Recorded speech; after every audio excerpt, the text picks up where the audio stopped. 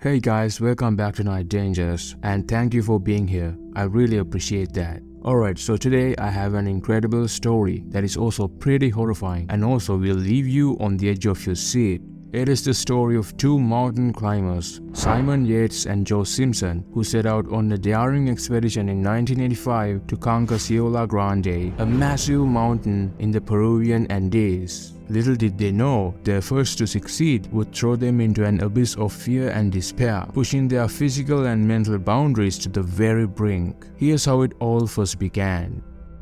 While descending, Joe fell and broke his leg on an icy cliff. With darkness and a storm approaching, they had no choice but to continue in the dark, unable to communicate properly.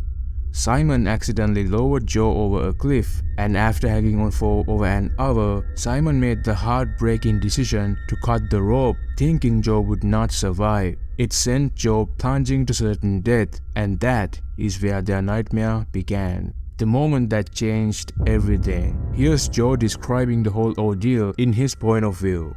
When I was about 1/3 of the way down the icy cliff, I was worried about falling because there was slack rope between me and Simon, who was descending behind me. I placed my right axe into the ice and it crumbled, causing me to fall and land at the bottom of the cliff. The impact caused my right leg to bend backward, with my crampons applying a lot of pressure. It pushed my shin bone into my thigh bone and continued through my knee joint. I also injured my anterior cruciate ligament, damaged my peroneal nerve, and injured two cartilages in my knee. Additionally, my heel and ankle were fractured. The pain was unbearable. I cannot even begin to describe it. At first, I couldn't accept what just happened, so I tried to stand up, but I felt my bones moving. When Simon came into view, he asked if I was okay. When I told him I had broken my leg, his expression completely changed. We had been equal partners working together, but suddenly, one of us was unable to move properly. We still had a 3,000-foot descent ahead of us. Simon believed I might not survive. I had probably lost a lot of blood, probably a liter. Simon was lowering me down as quickly as he could. Every 150 feet, the knot connecting our two ropes would reach Simon's friction device and hit it. That was a signal for me to take my weight off the rope. Simon would detach the knot, move it to the other side of the device, give 3 tugs, and then start lowering me again. Simon held on for what felt like a long time, and then something unexpected and unthinkable happened. After an hour, we had descended 300 feet. We only had to repeat this process 10 more times to reach the bottom of the mountain. However, we didn't realize that there was an ice cliff sticking out from the slope right below us.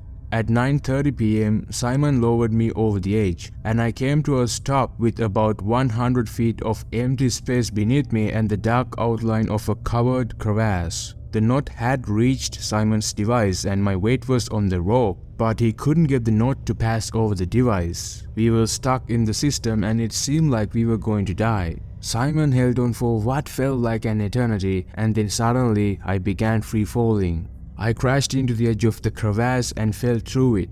I slammed into a collapsed part of the roof and came to a stop. As I looked up, I saw a hole in the roof about 70 feet above me, and I thought, Simon must have been thrown off. He's probably gone. I pulled on the rope, hoping to find it tied to his body. I planned to use it as a counterweight and climb up the rope, but the end of the rope was still attached to me. Simon had cut it. Some people asked me, were you angry with Simon? Well, the truth is I was not. If anything, I felt relieved that Simon was alive. Besides being my friend, I needed him to be alive because he could save me. Maybe he would come down to search for me. Then I realized the difficulty of the situation. In the darkness, he wouldn't be able to find me easily, so I made a decision to shout his name as loudly as I could every 5 minutes, hoping he would hear me. Being trapped in a crevasse is a terrifying experience, especially when you start to believe that you will not be able to escape. I had this horrifying thought of a slow and painful death, and it shattered me emotionally. I'm quite ashamed to admit it, but I broke down. By around 9:30 in the morning, I came to the realization that Simon should have found me by then, but he hadn't yet. So this was it.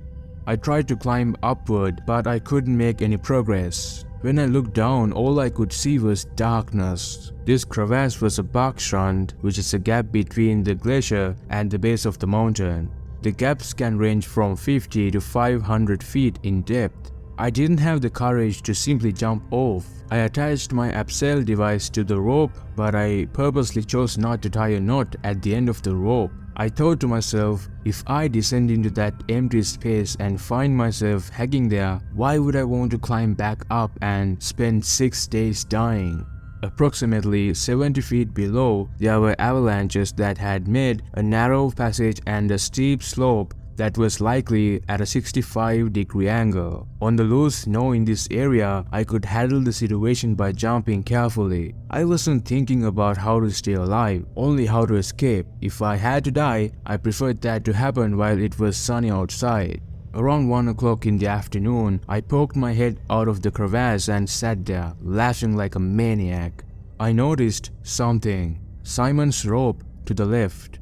He had descended down the glacier. It became clear to me that I was on my own now. Nobody comes back to retrieve a dead body. It was an agonizing realization. I was far away from the base camp. I had to traverse 1.5 miles of crevasse-filled glacier, followed by 6.5 miles of treacherous moraines and rocky terrain. When you are fighting for survival, emotions are the last thing you need.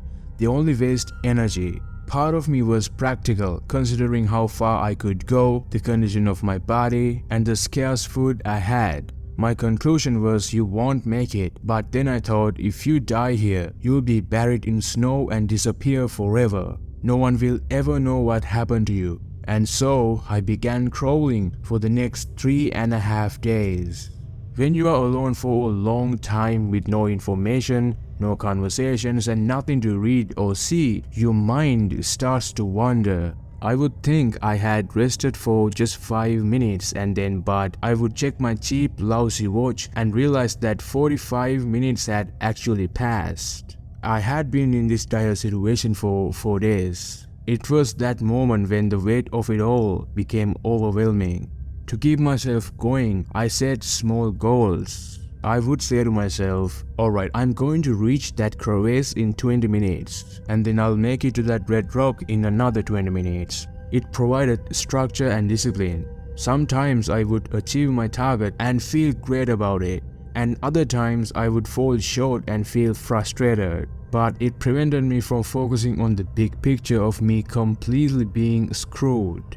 On the last night, my strength began to fade. Even though I was probably just 10 minutes away from the base, it took me 9 hours to get there. I was drifting in and out of consciousness and experiencing hallucinations. Some pleasant and others not so much. There were some I saw very strange. I stopped looking at my watch, losing all sense of purpose. I knew I was probably dying. I shouted, hoping that Simon and Richard, our camp assistant, would hear me.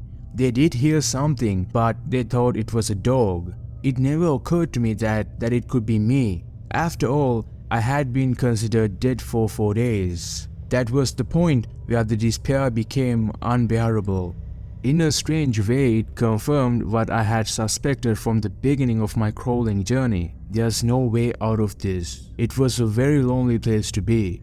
I remember considering whether I should get inside my sleeping bag, but then I realized that if I did, I wouldn't be able to get out of it again. I thought that if I crawled all the way down to the riverbed, someone would eventually discover my lifeless body. I didn't expect to come across anyone, but I just wanted to reach the end of the end, to die there. It was a truly awful situation. By accident, I crawled through the area where we had set up our camp toilets and ended up getting covered in human waste.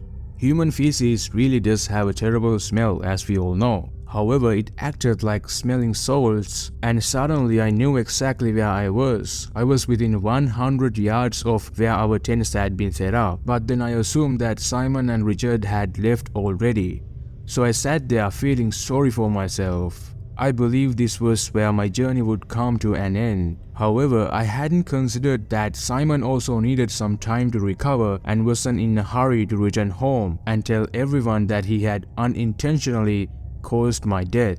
In my desperate state, I saw a red and yellow structure that I mistook for a spaceship. I was seeing all kinds of hallucinations at the time. Then, beams of light emerged from it, and I heard Simon's voice. Survival is often perceived as something heroic, but the reality is far more brutal. It destroys you on many levels.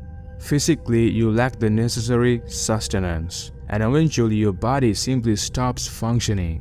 Psychologically, you experience things that profoundly mess with your mind. You discover not only your strength but also your incredible weakness. You constantly break down. Since I had already accepted my fate, it was a shock when Simon and Richard suddenly appeared. I was so overwhelmed by all that I simply collapsed. I had lost approximately 35% of my body weight. When you are in a state of severe hunger, your body breaks down muscle and organ proteins using ketones, which are chemicals produced by the liver. As a result, your breath has this sweet smell similar to something like a nail varnish remover.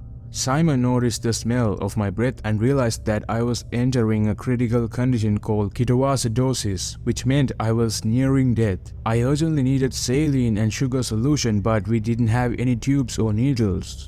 Unbeknownst to us, at the time there was a simple method: filling a bottle with a mixture of salt water and sugar and administering it rectally. With people taking care of me, I no longer had to focus solely on survival. It was quite frightening, perhaps because I had been relying on endorphins and adrenaline to keep going for the past 4 days. In a barely conscious state, we traveled on a mule for 2 days and then spent 23 hours in a pickup truck. I was quite frustrated because I desperately wanted to sleep, but Simon was deeply concerned about my deteriorating condition and wanted me to receive medical help as soon as possible. The mule seemed to walk into everything along the way, and I couldn't help but think, when will this ordeal finally come to an end?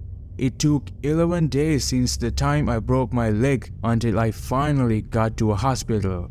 Many people assume that an experience like that must have had a profound impact on my life, changing my perspective on death and making me feel stronger.